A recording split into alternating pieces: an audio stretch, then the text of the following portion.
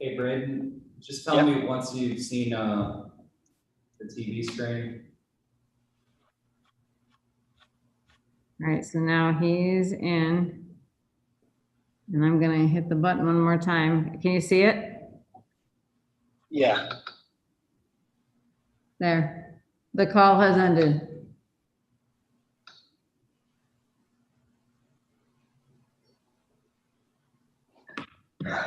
Yeah.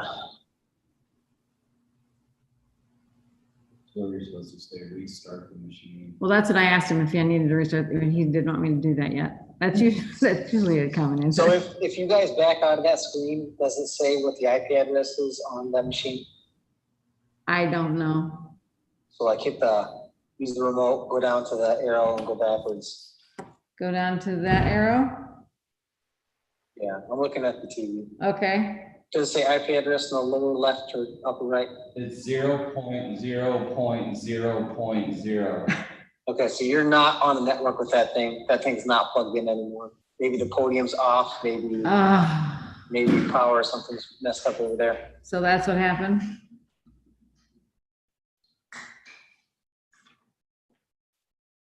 Okay. If Brian, I see you smart guy standing over there. If you go look at the back of the Polycom, the silver box that's like a book On the top of the TV. On top of the TV. Right by the camera. Yep. So there should be an Ethernet cable into that thing and then follow it over toward the podium. And my guess is that's what got unplugged or has been fooled with. Probably on accident. Is the box down below on where it says master control or something like that? I don't know that needs to be on. It might need to be on to power up stuff. Yeah, I think we've had it on since we Yeah, I think that's true. I think we had it on to light up power to that jack up where the laptop unit goes on the podium. Nope. That kill power? Yeah, it did. Sorry.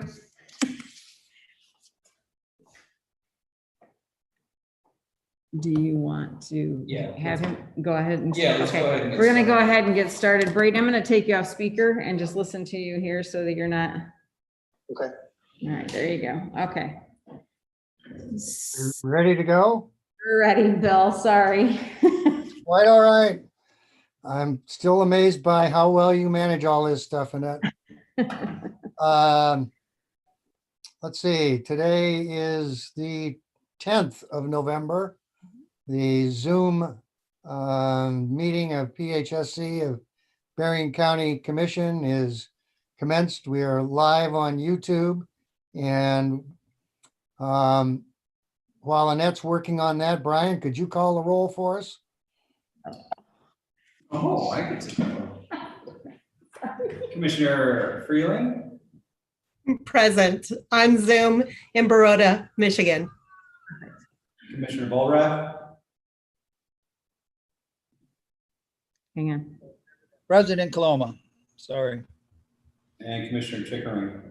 I am present on Zoom from beautiful Cincinnati, Ohio.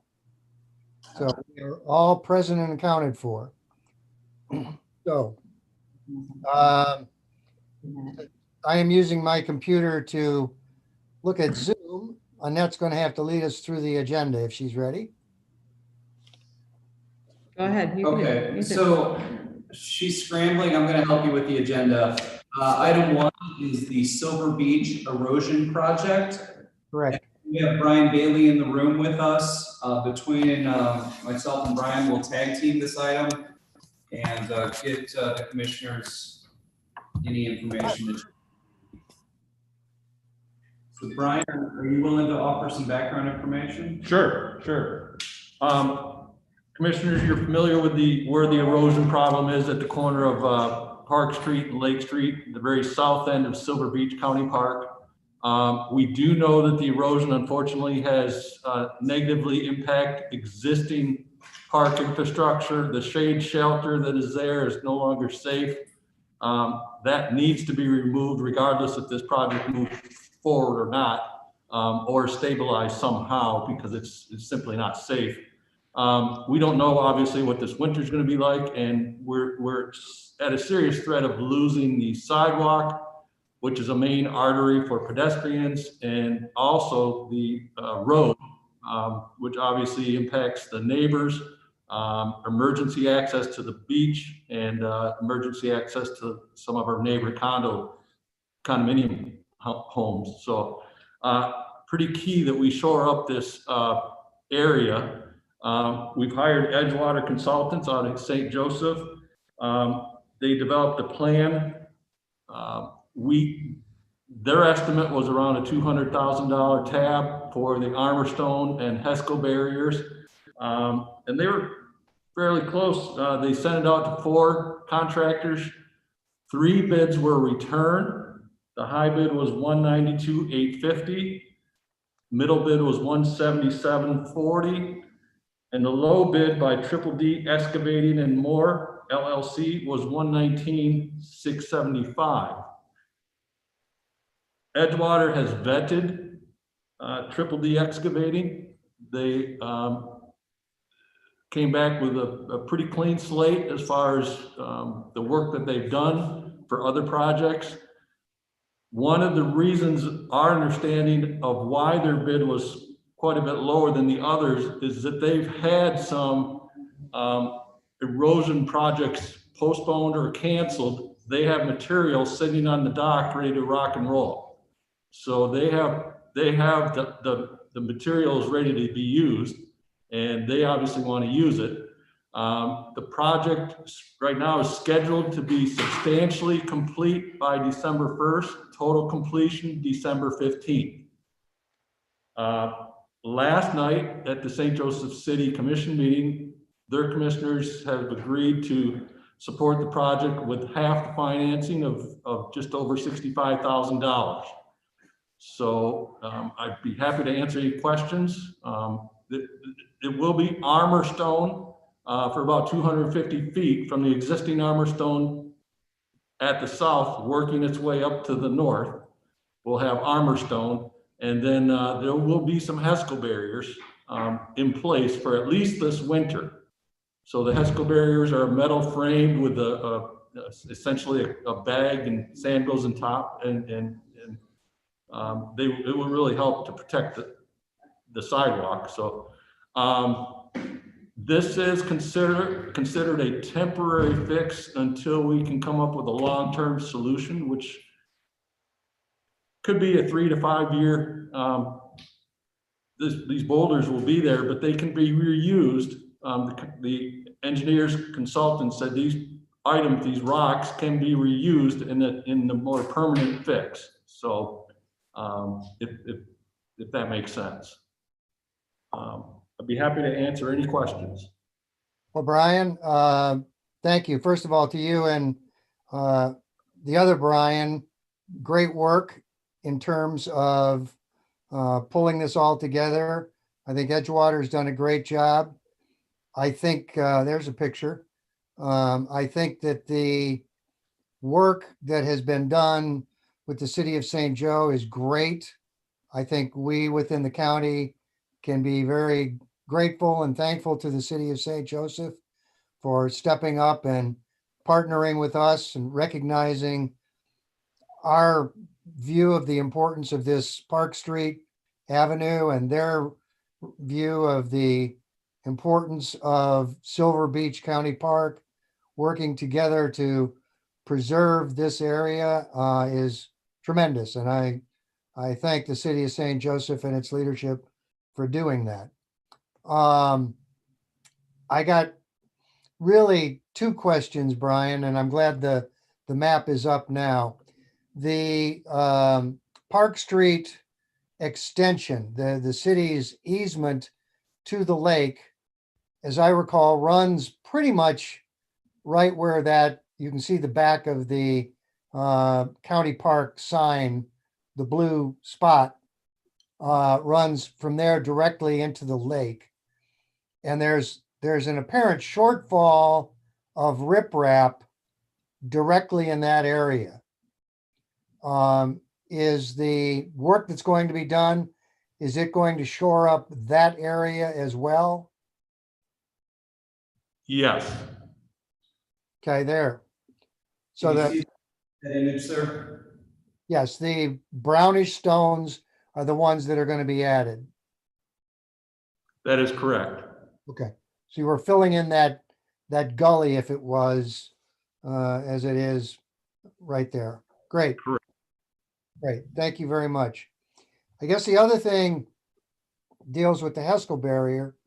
I know Mother Nature is fickle, but the lake level is down 18 to 24 inches. We still see a need for that barrier continuing to the north beyond the riprap. So Commissioner Chickering, this is Brian Doucette.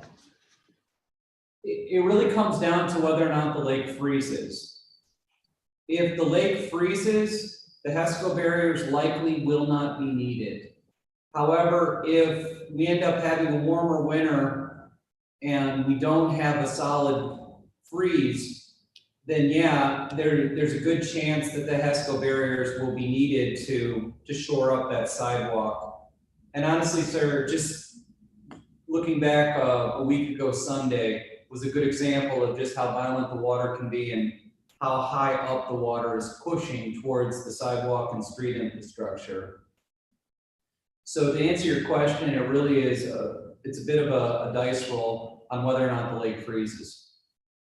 And I think that's a great answer, Brian, and I support continuing that project as you've explained it. So, Terry, from the great state of Baroda, have you questions about this?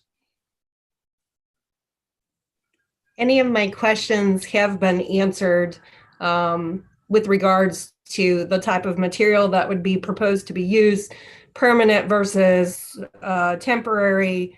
I certainly appreciate what Brian shared, our administrator, with regards to the Haskell bags that are there. I think it is a ounce of precaution that is greatly needed. And I appreciate the collaboration that's been happening with all of the different units to make this get moving forward before winter really sets in. So. Great. Commissioner Volrath, thoughts? No, I have no real questions. I echo your sentiments with St. Joe City. I'm glad we can partner with them, get this thing done. And I know it's something that's absolutely needed. Okay, very good. Well, Brian's, I think from PHSC's perspective, this is a good resolution to move to the full board on Thursday. Is that good enough for you, Mr. Administrator? Yeah, so the question is, would this group be comfortable with us just doing this as a requisition? I would take it still to finance for their review and then bring the requisition to the full board Thursday at 10:30. Is that acceptable to this group? I think it's great. You've already talked to admin and they're on board. Now we're on board. Finance has got to pay for it. So I guess we ought to let them say so and hopefully approve this thing at our meeting on Thursday. Okay. Great. Thank you for the wonderful work, guys.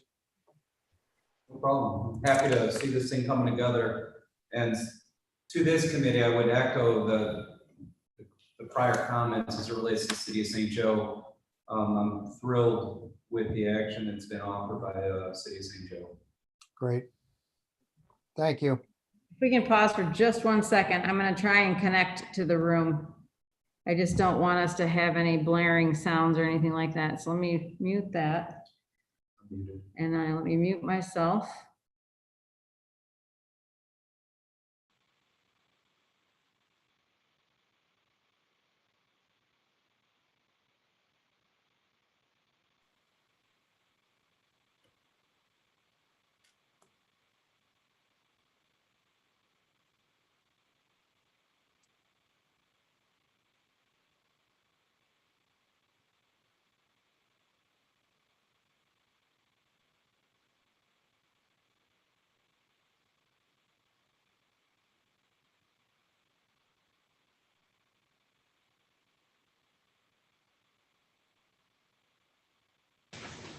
All right, I think we're in the room. Oh, I gotta turn up on the TV. Boy, There we go. that's high. Okay. Phew. Not nearly as fuzzy as it used to be. All right, so then the next thing on the agenda, if we're done with Silver Beach, there is the fat bikes at Love Creek discussion, which is also Brian. So commissioners, for probably 3 or 4 years, you may recall, we've had an agreement with Outpost Sports where they would provide fat tire bikes for winter use at Love Creek County Park. Few things have happened this year. Bicycle inventory is extremely low, or if not out of the question. And the retailer Outpost Sports, he is now semi-retired, and prior to his retirement, he got rid of most of his clothing and outdoor gear, and he's focused on bicycles. He has no bicycles available, and that partnership is no longer going to happen. We've reached out to other bike shops in Berrien County. All are interested, but none of them have a source to provide us bikes for this winter. Spin Zone in Granger, Indiana said they can get us some mountain bikes in January. The mountain bikes are considered, in my opinion, expensive. They're about $1,700 a piece. Keep in mind that's roughly the same cost that we've had for the past 3 or 4 years. Good quality mountain bikes from Outpost Sports.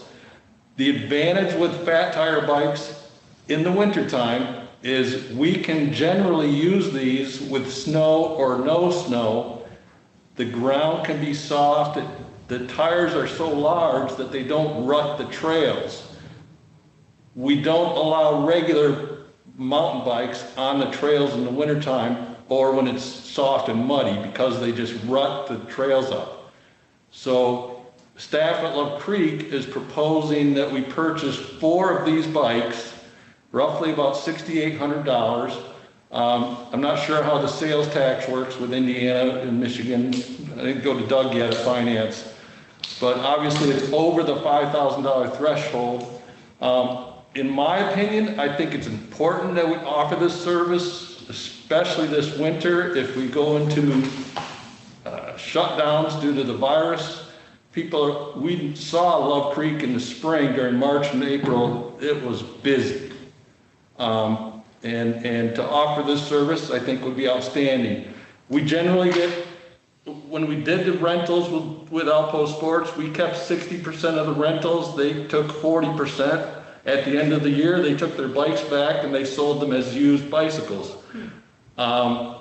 We generated, it depended on the year, but anywhere from $1,000 to $1,700 the past couple of years. So we may be able to recoup our investment in 2 to 4 years. So 2 questions is, do we want to move forward with the purchase, and do we bypass the bidding process? Okay. Brian, a question. When you were describing these bikes, you referred to them as mountain bikes. Are they going to be mountain bikes, set up with fat tires? Or I was a little confused on what you said. No, these are fat tire bicycles. Right. These are fat tire bikes. You used the term mountain bike, but that's great. Okay. Sorry about that. That's all right. And our administrator, among many of his talents, has a certain affinity for bicycles. And he has advised at least me that these are pretty good bikes and worth the money. Yes, so members of the committee, just on a personal note, in my house, we believe the proper number of bikes is X plus 1. However many you have, just add 1. So I'm displaying on your screen just a quick screenshot of the type of fat bike that Brian B is recommending.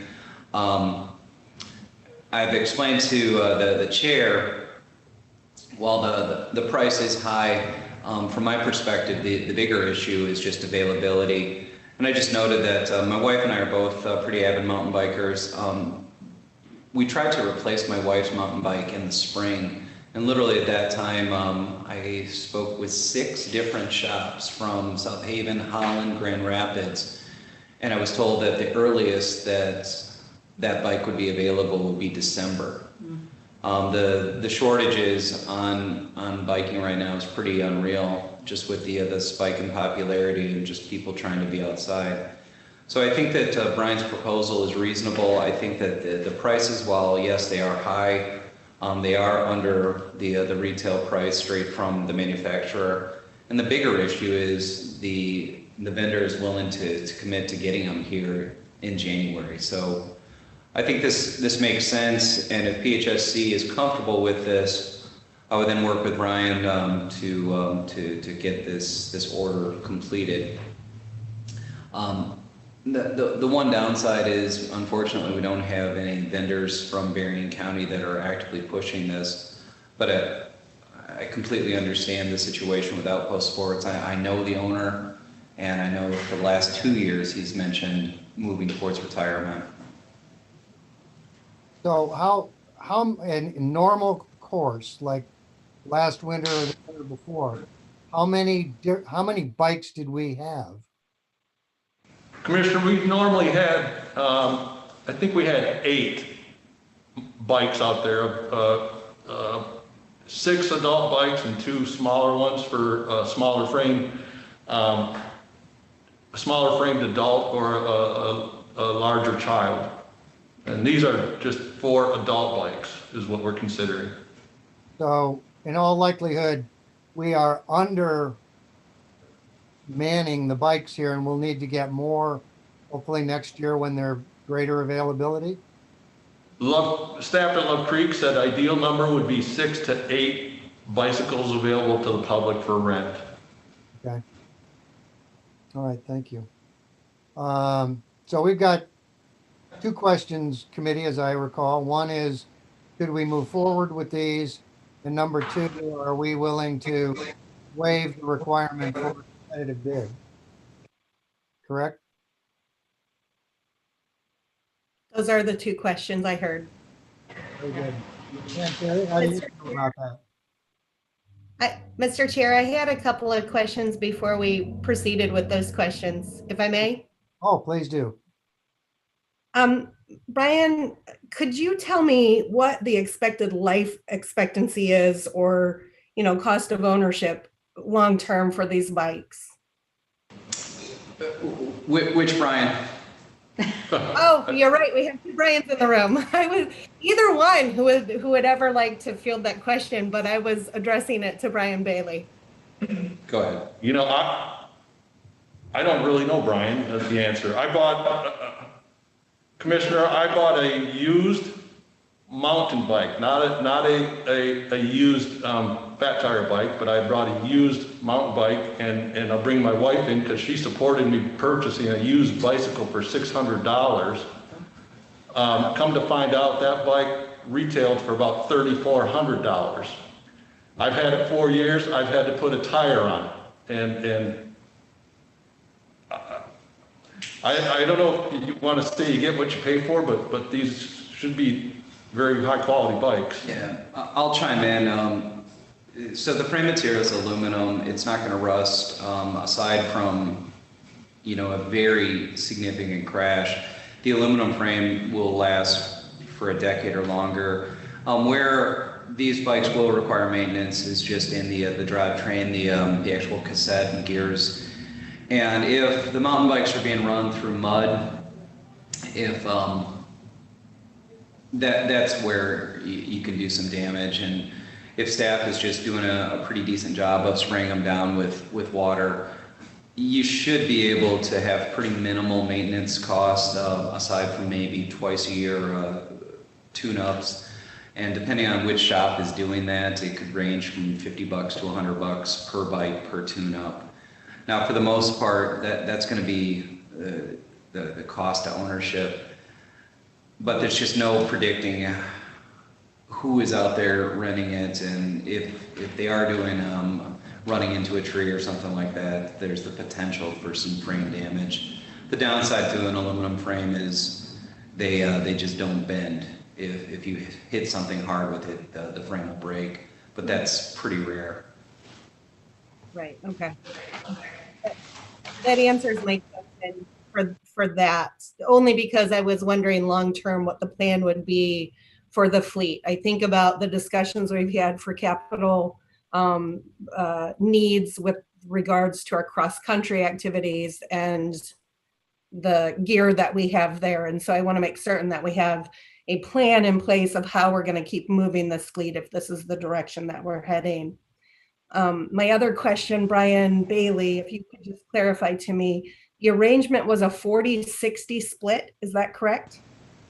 That's correct. With Outpost Sports, it was, since they provided the bikes, they provided the maintenance. And so the agreement was a 60-40 split. Understood. So on a good year, we could be looking at maybe 3,000, 3,500. Well, if our fleet is less than half of what they were offering, it might be less than that, but just giving me an idea of if it's sustainable so that it can sort of pay for itself eventually.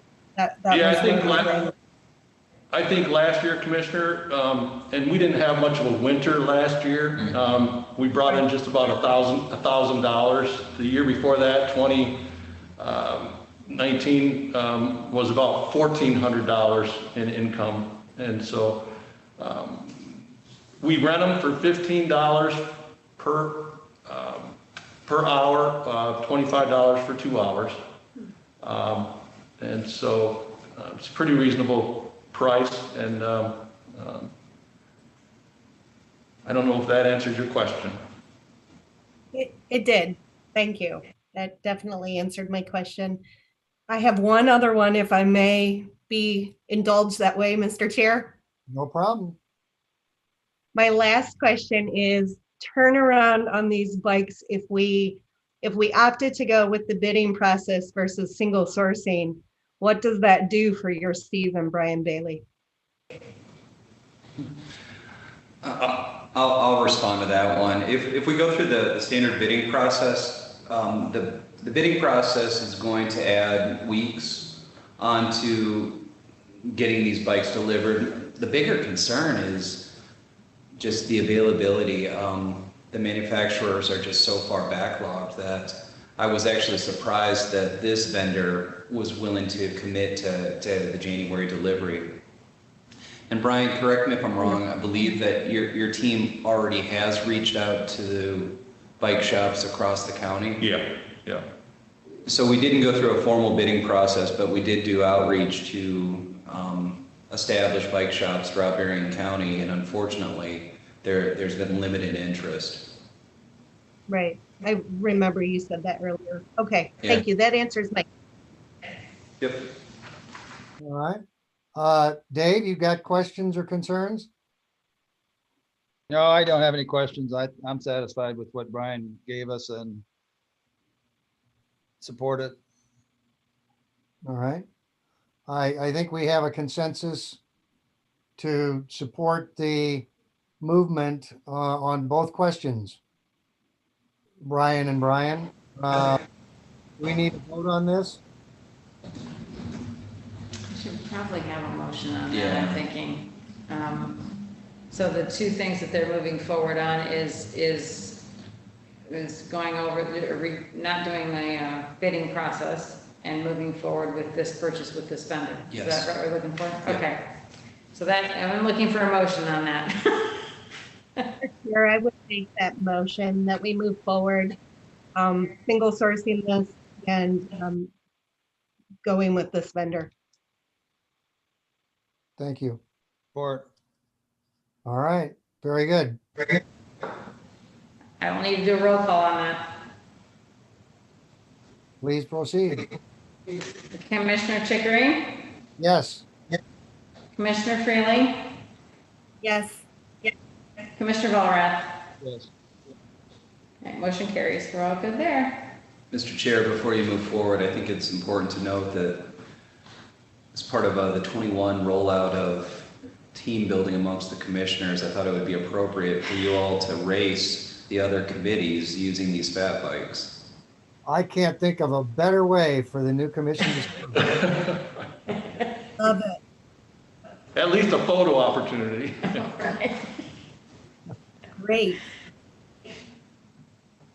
So actually, next on your agenda is the health department resolutions, but Brian Bailey would like to slide in one more thing if he could, with regards to events for 2021.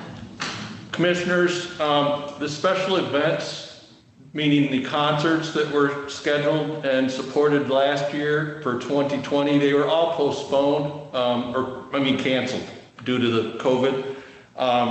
The events all want to return in 2021. We have the July 4th fireworks with concerts, smooth jazz, 2 concerts from the radio stations, 5 concerts from the concerts and plays from the Southwest Michigan Symphony, and 1 is from Vision Entertainment Group, who also puts on the entertainment for the Harbor Shores golf outing.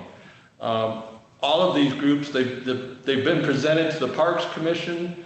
Again, it's the same groups that were here or scheduled for 2020. They want to come back for 2021.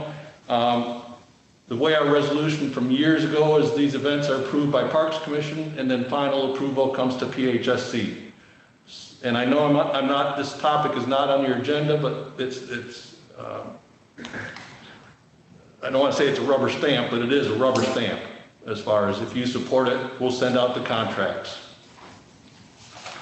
But this does not need to go to the full board? No. Okay.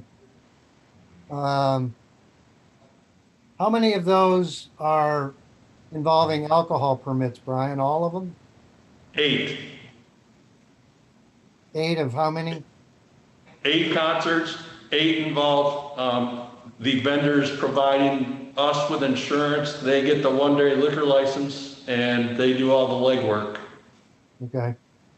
And this does not include any events that are being run solely on Whirlpool Field, like some of the tastes and things they've done in the past. No, this is only down at the Shadowland Pavilion in Silver Beach County Park. Great. Thank you. Dave, any thoughts? No, they're the same ones we approved last year. I'm fine with it. Terry? No, I'm comfortable moving forward with them since it is from last year. Great. We have unanimity on that point. Do we need to do roll calls and stuff? Yeah, we should. So was that Dave Vallrath who made that motion and Commissioner Freeling who supported it? Correct. Perfect. Okay, Commissioner Chickering, Yes. Commissioner Vallrath, Yes. Commissioner Freeling. Yes. Motion carries. Okay. Thank you. Thank you. Thanks, Brian. Yeah, thank you, Brian. Okay, and now Nikki's on and you should be able to see her. All right, so we have a few resolutions here. Go. I believe we're going with 374 first. So this resolution is to accept some funding from the Michigan Department of Health and Human Services. There's $55,000, $55,556 coming from additional coronavirus relief funds as part of the CARES Act to cover COVID-19 and influenza-related work through the end of this year. And then we have an additional $30,000 that's coming to our family planning program. So this is updates to our comprehensive agreement with the state to the tune of $85,556. Okay. Just procedurally, Brian, help me with this. Nikki has a number of resolutions. Could we be voting on those one by one, or can we vote on those in a package when it's all done? They don't need to vote on Annette, go ahead. Yeah, we just need the concurrence to move the resolutions forward to the full board. We don't need to vote on these individually. Very good. Thank you. Thank you. Okay. Well, Nikki, what I'd like to do is have you explain the various resolutions. We'll stop and see if there are any questions, get that concurrence, move on to the next one. Is that fair? Yep, that's fine. Good. All right. Dave, Terry, any thoughts on receiving additional money? I'd take extra money. I'm good with the first one. Terry, you okay? I'm good with forward with that one. All right, there is unanimous concurrence. All right. If we move to the next one, which is 376, this is to enter a memorandum of understanding with Spectrum Health of Lakeland regarding their new engagement center, Better Health for Benton Harbor. It's a time-limited engagement center that has just been stood up in the city of Benton Harbor early at the very beginning of November. This MOU just basically explains that the health department will be co-locating some of our services. We will be providing influenza vaccinations at the center. We will also be supporting some of the mental health efforts that are happening there through community resilience model, also known as CRIM. We do have a CRIM teacher on staff in our family programs manager, Keena King. And so this MOU solidifies that relationship of how we are going to work together. And it is a grant requirement for Spectrum Health Lakeland for them to be able to show to their funder how partners are working with them. So we're not the only partner being asked to enter into this MOU, but it does document in writing how we're assisting them on that project. There is no change of funding with this. Okay. This is the $1.8 million. Is that? 1.2 was the size of the grant to Spectrum Health Lakeland, yes.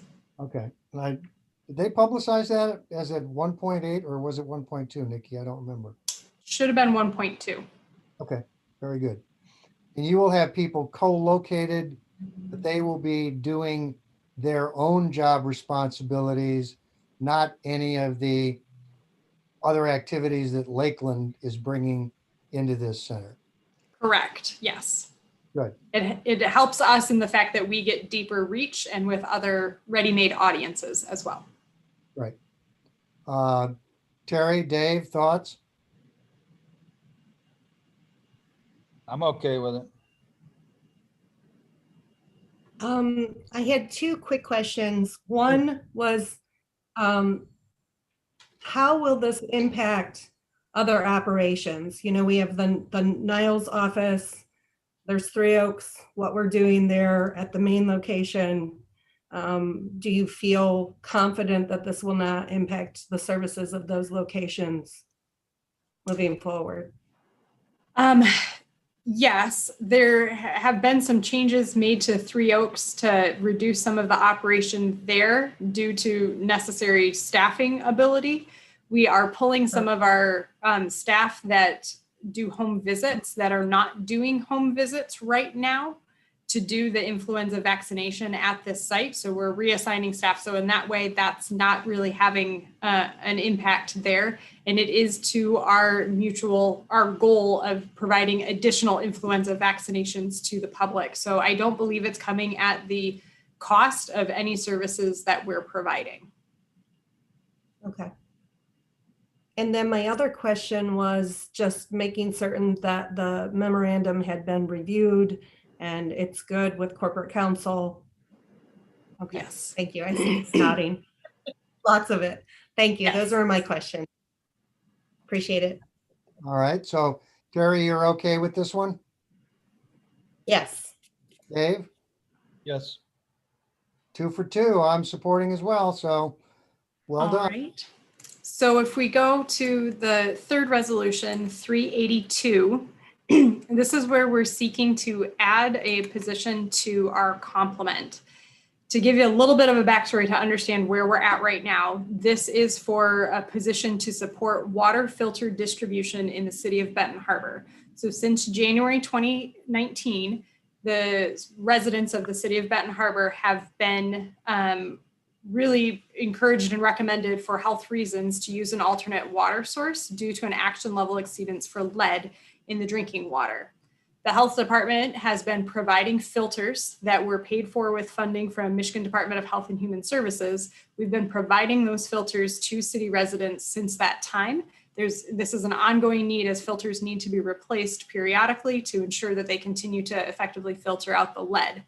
We have had a temporary staff person who has been helping with this distribution in that temporary supplemental classification, who has been with us, I think, since March of 2019. And we did not have any additional funding for that position. That had been something that we have been paying for because we needed somebody to be able to do this work. Here in 2020, the need for filter distribution, manpower for that has increased because we've been doing more mailing, and we've had to get a bit more creative about how we're doing that in this time of COVID. We had been relying on community distribution significantly. So that person's hours had really increased. We've since August have been really watching them like a hawk, trying to not exceed that 999 hours. Then with the city having a boil water advisory that they are currently under right now, that was issued on Thursday, all residents are going to need to have their filter replaced sometime in the first couple of weeks after that boil water advisory is lifted, as if there is bacterial contamination in the water, it will shorten the lifespan of the filter and it will no longer effectively filter out the lead. So we're looking at a huge turnover in needing to get a couple thousand filters out to city residents over the next couple of weeks. And our temporary supplemental staff person has 40 hours left between now and December 31st. This is not something that our full-time staff, another staff person could be assigned to. When we went to Michigan Department of Human Services, told them that we're trying to figure out what this looks like, they have committed $65,000 to us for fiscal year 21 to be able to support a full-time position to manage this water filtration, water filter distribution position. So right now we'd like to move forward, get the position created. It would be a grade 7 union position effective November 22nd. We'll go through our hiring process to fill that full-time position so that we have the capacity to continue that program, and the funding will be coming from the state to fully support that position. You will see in your packet, we have some email exchange back and forth. We're working through actually making that happen through the contractual process, but we have been given written email that the money will be coming. Nikki, this, I want to dwell a minute on permanent versus temporary. We have yet another situation, not unlike the contact tracing people, where there is a finite end. We've been at it for, as you say, almost 2 years in Benton Harbor already. The idea of putting an employee on board, full-time county employee, benefits, the whole bit, for something that will last maybe through the end of 2021. And probably something that is, once you get past this hump, not a full-time responsibility. I'm not sure I like the idea of a permanent person. Is permanency part of the money for the HHS? So there's no requirement on that funding that it has to be a permanent position. Okay. We do have in the resolution that this position would only be filled so long that there is funding to support it. And to give you an idea with the timeline, we're looking at the city being on that alternate water source and needing these filters at least for another 18 months. So every 6 months, they do water compliance samples. They have to have 2 consecutive periods where there's no longer that action level exceedance in the water. Those compliance periods are 6 months apiece. And we have not shown that we are even marginally close to being under that action level exceedance. There is work underway in the city to remove lead service lines, and there's some significant grant funding behind that. I'm not privy to exactly how the city is working to remediate the lead issue, but we are looking at a longer term need here, longer term being at least 18 months. Okay. That still sounds temporary to me. Terry, what do you think?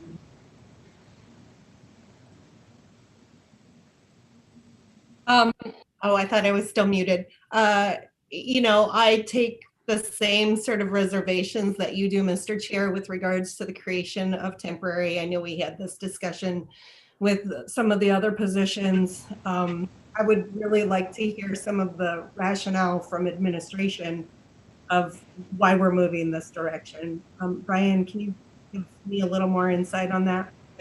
Yeah, so it's essentially just an allocation of resources. The person that we have doing the job right now is going to bump up against his 1,000 hour cap. And per our policy, we are not permitted to exceed that. Boil water notice is currently in effect in the city of Benton Harbor. There was a mistake at the water filtration plants, and as a result, they're on a boil water notice for the immediate future. Eagle, the former DEQ, has made clear that the replacement of the lead filters needs to occur. Eagle and Department of Health and Human Services are stepping forward saying that they will fund this position. The quickest way to ensure that we can continue to provide the lead filters out into the system is by taking our existing staff person, making it a full-time position online to continue the work, and then finalizing the agreement with the state to reimburse us for our costs. I think that having personally been involved in going through the lead and copper rules with South Haven's water system, I can tell you that the lead issue is not going away. And the physical process of removing the lead services is one that's incredibly cumbersome and slow. So for us to look at this, I think your safeguards here is the authorizing resolution is contingent upon the state of Michigan providing the funding. I think it's just the pragmatist looking at this, I have zero doubt that this work is going to continue well past the 18 months that we've talked about. I think the reality is, as long as the state's willing to pay for this person, it makes sense to have him or her working full time, because any amount of time that Nikki's staff is dedicating to this is just robbing us from the COVID work that her team is largely focused on. I think it's a pretty good deal with the state. I think it's good for Benton Harbor residents. And realistically, I got a feeling that this is going to be a longer engagement than 1 to 2 years. Can I get something straight in my own mind? The person that has been doing this work in 2020, that's been the same person all year long, and they are just now coming up to their 1,000-hour barrier. That is correct. So this has been, but for the process, the emergency we have now, this is truly a half-time job. So you're not wrong in how you're looking at that. There has been a lot of work that has been happening, both driven by Eagle's creation of the Office of the Drinking Water Advocate. So that is now a position and an office within Eagle. And they have been very involved, as some local leaders have in the city of Benton Harbor, of doing a lot more community coalition building and understanding of community water, how it's impacting health, some of the advocacy there. We have not been able to assign that work to this person, and it has been done by our deputy health officer, because our person, we've had to conserve their hours just for filters. We would, if we have a full-time person, we would then be able to have that position be a little bit more involved in some of the broader community outreach that is happening in the community. And I do believe that there may be other communities in the next couple of years. The lead and copper compliance cycle, if you're not under an action level exceedance, it's 3 years. So we've only had 1 year that we've been under these new strict lead and copper rules. So I think we have enough work to keep the person busy in 2021. If we really find that we don't, there are other public health activities that we could use support with. But I do believe we could keep that person busy with this water. And I predict that there may be at least one more community that might come up during their next compliance sampling. Okay, And I would not encourage us to speculate on which community that could be. But having worked in the water system, I can tell you it's going to be a lot of us that are impacted by the new lead and copper rules. okay. Let me get a detail straightened out in my mind, Brian. The person who has been doing the work throughout this year is bumping up on their 1,000 hour limitation. The money that Nikki is talking about kicks in January 1 for the year of 2021. Number one, we can't continue this person any further in 2020. So we're going to have a position shortfall, temporary or permanent, one way or the other, correct?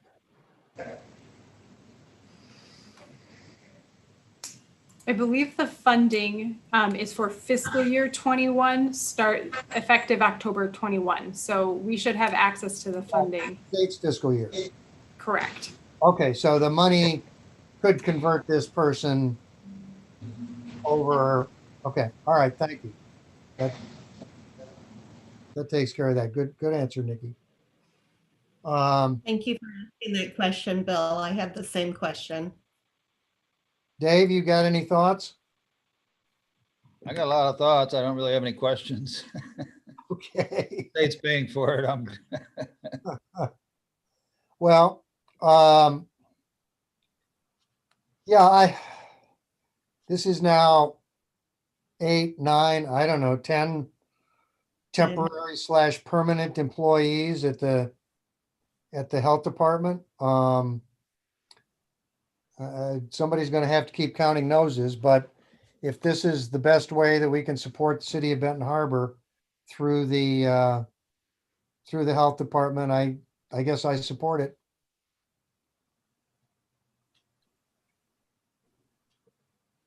How do I you, would be comfortable moving this forward. My question to our administrator is this something we need to kind of dive into to look at our policy? If we keep coming up with this issue, is there something that we could do long-term that will help so that this is not something we're facing continuously? Yeah, so to answer that question, between the health department, the public defender's office, we've got a whole bunch of staff that have been added over the last 2 years. And there's staff that are added in full-time positions with their authorizing resolutions tied back to contingencies. And I think that the bigger question is how many of our positions are running around the county tied to those contingencies, and what are we doing to ensure that we're taking an active look at the contingencies every 3 months, 6 months, 12 months. I think that this position makes sense. I encourage the group to move forward with this position, but I also know that personally, and I know that from upstairs in this building, we've got to do a real good job of keeping our eye on all of the contingent positions, because we just have no idea what the state's budget, the federal budget's going to look like in another year as we come out of the CARES Act, come out of COVID. And that's something that your point is completely right on. And it's one that between myself and Shelley, we've got to keep a real close eye on the state budget. Okay, thank you for that answer, Brian. Yeah. so are we comfortable moving this to the board? I'm comfortable. I feel like this is an emergency happening in one of our communities, and we need to support what efforts need to be done, however that has to be done through the mechanisms we have in place. Right. And I can only hope that these emergencies get remedied, because it seems every 6 to 8 months, there's a mistake made or something breaks, or we're back to ground zero on this project. And if we have to continue to worry about it until they get all the lead pipes replaced in the city, that's a lifetime job appointment. So I hope that everybody can come together and Eagle can really get this thing sorted out once and for all. So, all right, I guess, Annette, this one moves forward. Awesome. And then Nikki, I think that's all you had, was those three, right? Yes, Okay, thank you. perfect. Is that it? Okay. Yep, so that's all for Nikki's. Let me cross these off so I can see where we're at. All right, so the next two that were on your list, I guess, these are not going until the 19th. Just. Oh, sorry. I want to make the group aware we just lost Dave. Oh, no, he's here. He said he was good until 2:15. Oh, I'm still yeah, here. that's what his note says. No, he's just muted and, So we'll just Okay, move. sorry, David, please continue. I made plans and I wasn't expecting to go this long. No, okay, we'll- all right, We're gonna move fast, Dave. yeah. What time? What Right, time? so-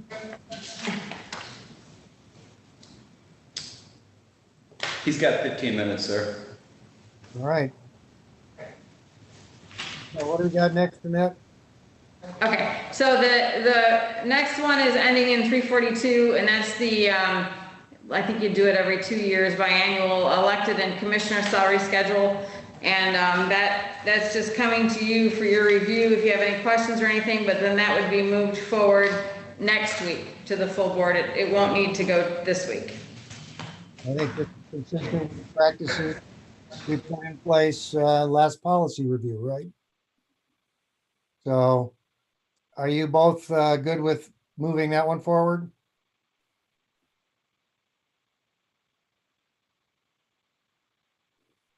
Dave, you're muted. I see your mouth moving, but I'm not hearing you. There we go. Oh, sorry. Too many buttons. Yeah, I'm fine with it. I think we been keeping pace with the elected officials, all of them, so that You guys deserve it. you're not following me. We're, Absolutely. yeah, That's exactly what I was thinking. all Exactly. right. That was done.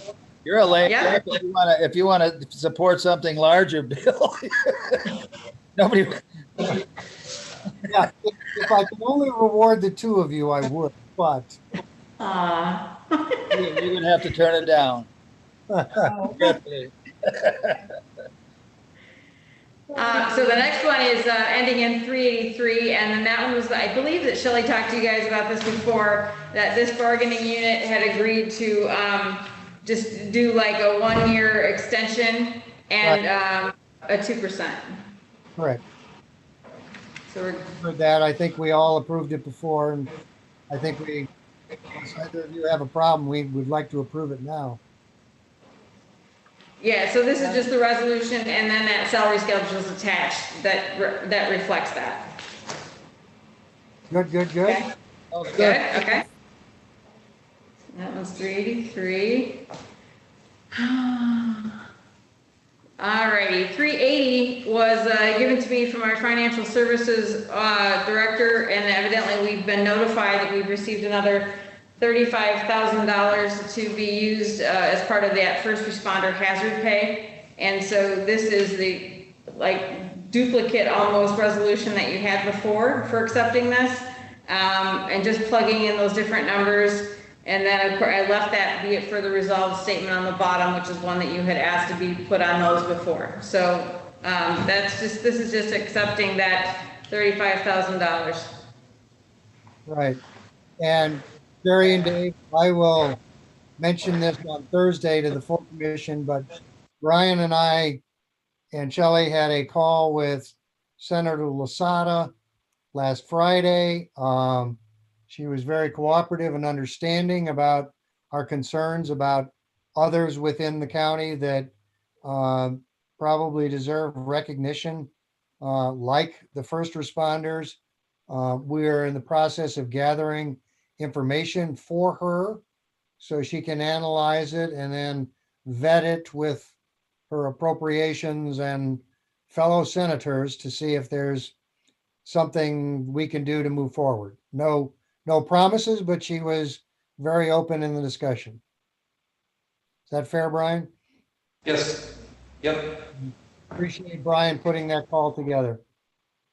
So, and I will mention that briefly on Thursday. So we're good with that one. Okay, and then the final one that I have for you today, as far as resolution goes, is you guys had approved to move forward with the GIS sharing information with Southwest Michigan Planning. So I had asked Lex to do up a resolution. There's also there's a document that we've used in the past when we've done this with other ones, and so he created that up for them. They've actually already signed it, and so that's what this resolution is for, just to move that forward as you had requested. Okay. Any second thoughts on that? Terry, I know you're rightfully abstaining at this point, but Dave, you got any reason to hold it up? No change of mind here. All right, let's move it forward. All right, perfect. So that's all of your resolutions. Then I will need we're gonna move into the committee business, and so I need a motion to approve the minutes from the November 3rd meeting. So move. I'll support. All right. Call a roll on that, please. Yeah. Commissioner Freeling, Yes. Commissioner Volrath, Yay. Commissioner Chickering. Yes. You know, it's a All right, lot the minutes easier with 3 instead of 4 on a committee. The other thing was pension rollovers and refunds. I believe Shelley sent those to you separately from the agenda. And so I think you normally do a motion for those. Is that correct? Well, I think we normally just take my approval, which I already sent to Shelley, but we can do whatever you to make it official in that. I think we all say okay on that. We what? We take a motion? No, we usually just say okay. I don't think we Yeah. do a motion. If we do, I'm fine with it either way. I think we all say okay. Okay, so am I all right to affix your signature to that, Commissioner Chickering? Absolutely. Okay, You perfect. always sign it better than I do. Let's see, I got the minutes, we have I think that we are good. And Brian, if you wanna, I'll just go and check for public comments if you wanna take some time. Yeah, sure. So who drew the drawings behind Bill's head?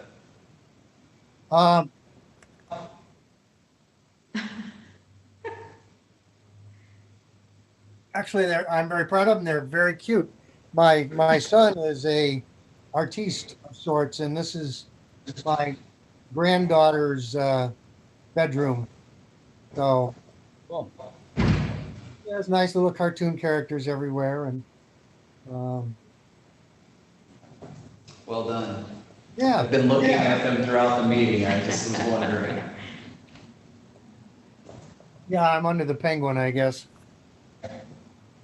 This is the only quiet place in the house I could find with 3 little girls under 5.